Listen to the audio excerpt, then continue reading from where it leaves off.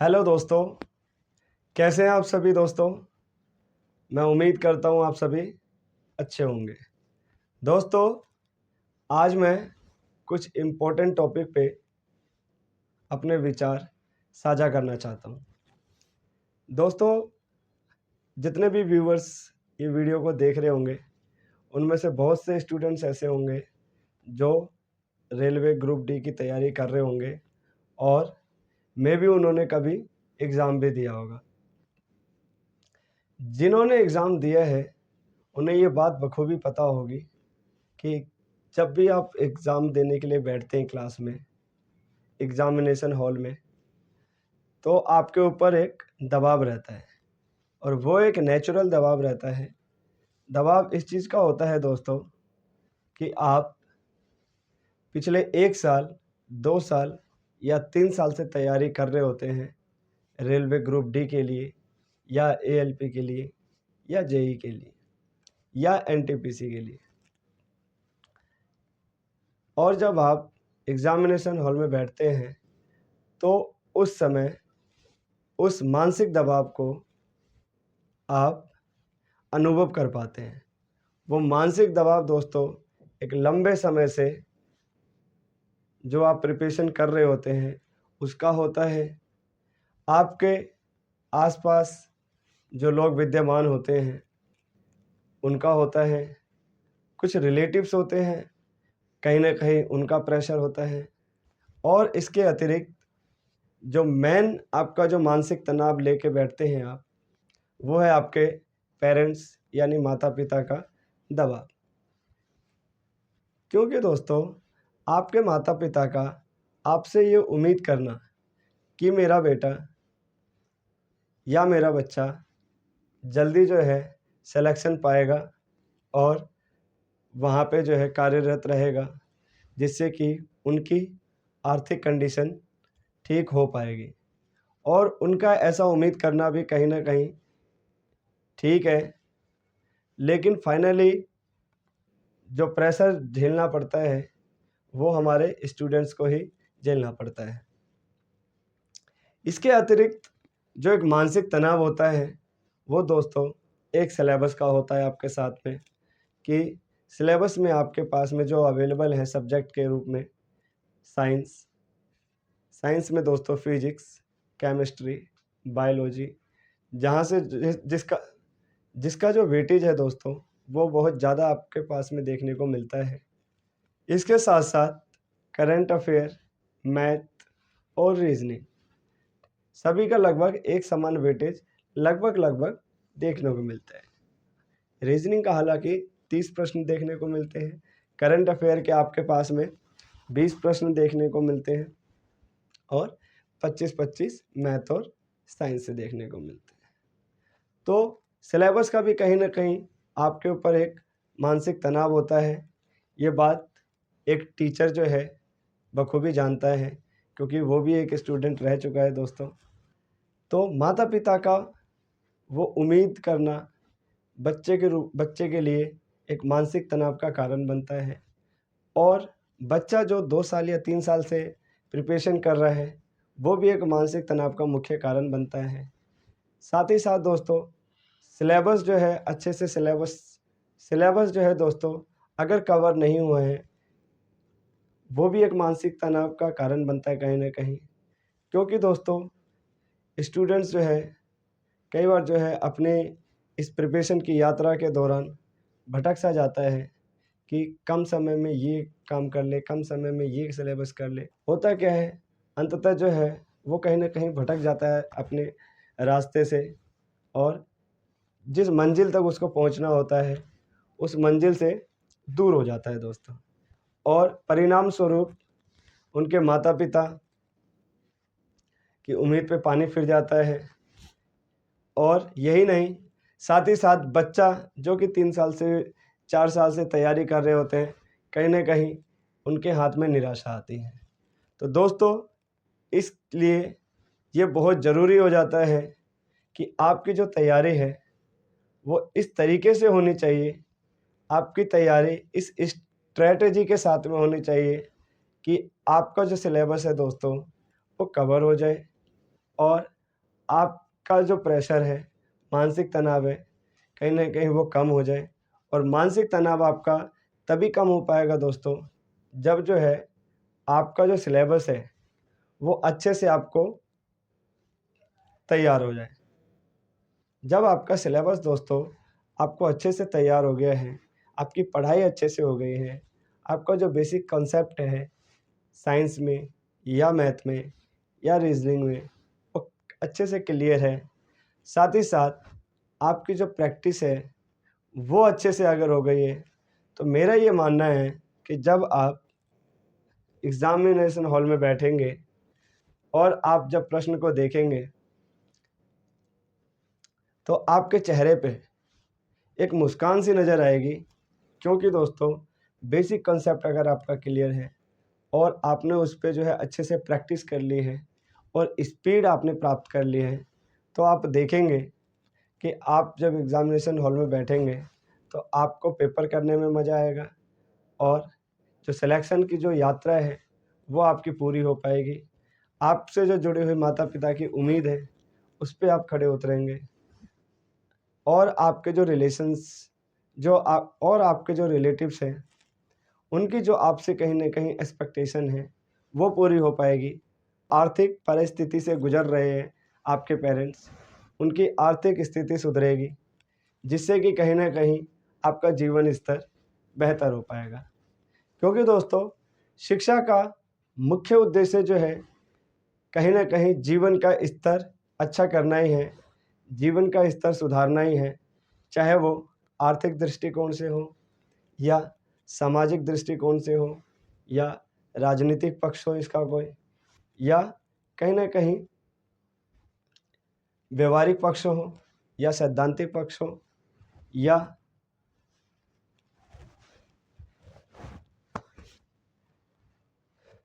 तो दोस्तों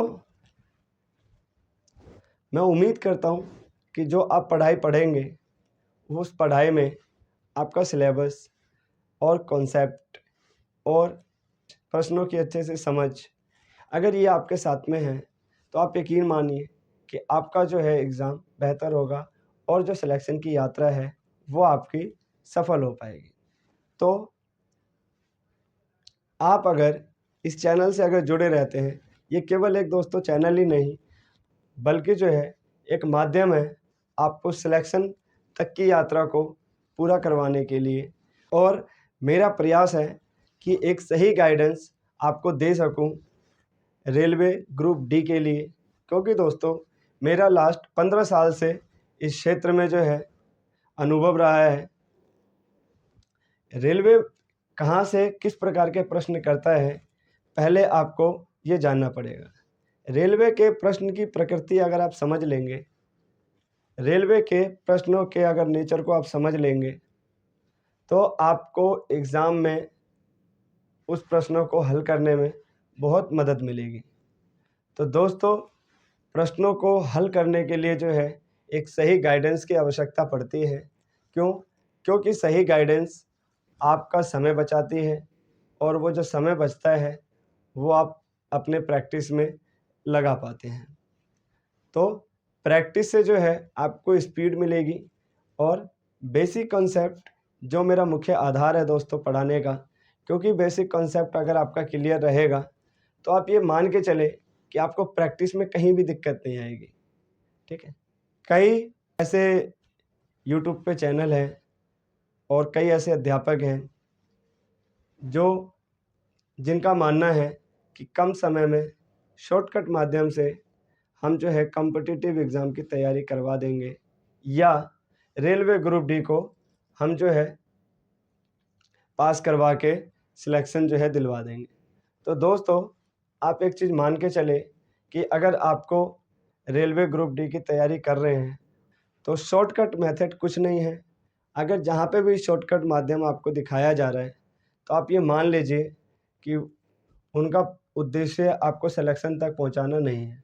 क्योंकि जिसे दोस्तों सिलेक्शन तक पहुँचाना है, जिस भी टीचर को या जिस भी एजुकेशनल इंस्टीट्यूट को, तो उनको जो है दोस्तों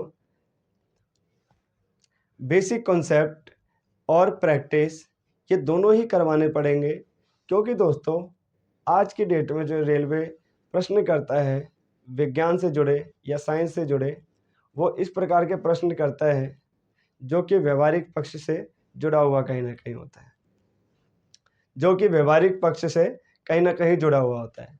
पहले जो है इसका सैद्धांतिक रूप से जो है प्रश्न जो है किए जाते थे, जो कि बहुत आसान होता था, लेकिन आज की डेट में व्यवहारिक पक्ष से विज्ञान को जोड़ दिया गया है, जहाँ से प्रश्न उठाए जाते हैं। उसमें होता क्या है दोस्तों कि अगर आपने उसको समझा नहीं है इस सब्जेक्ट को, आपने अगर विज्ञान का जो भी टॉपिक आप कर रहे हैं, अगर उस टॉपिक की अच्छी समझ आपने नहीं डेवलप की है और उससे रिलेटेड जो है आपने प्रश्नों का अभ्यास नहीं किया है, तो आप जो है प्रश्नों को समझ ही नहीं पाएंगे दोस्तों।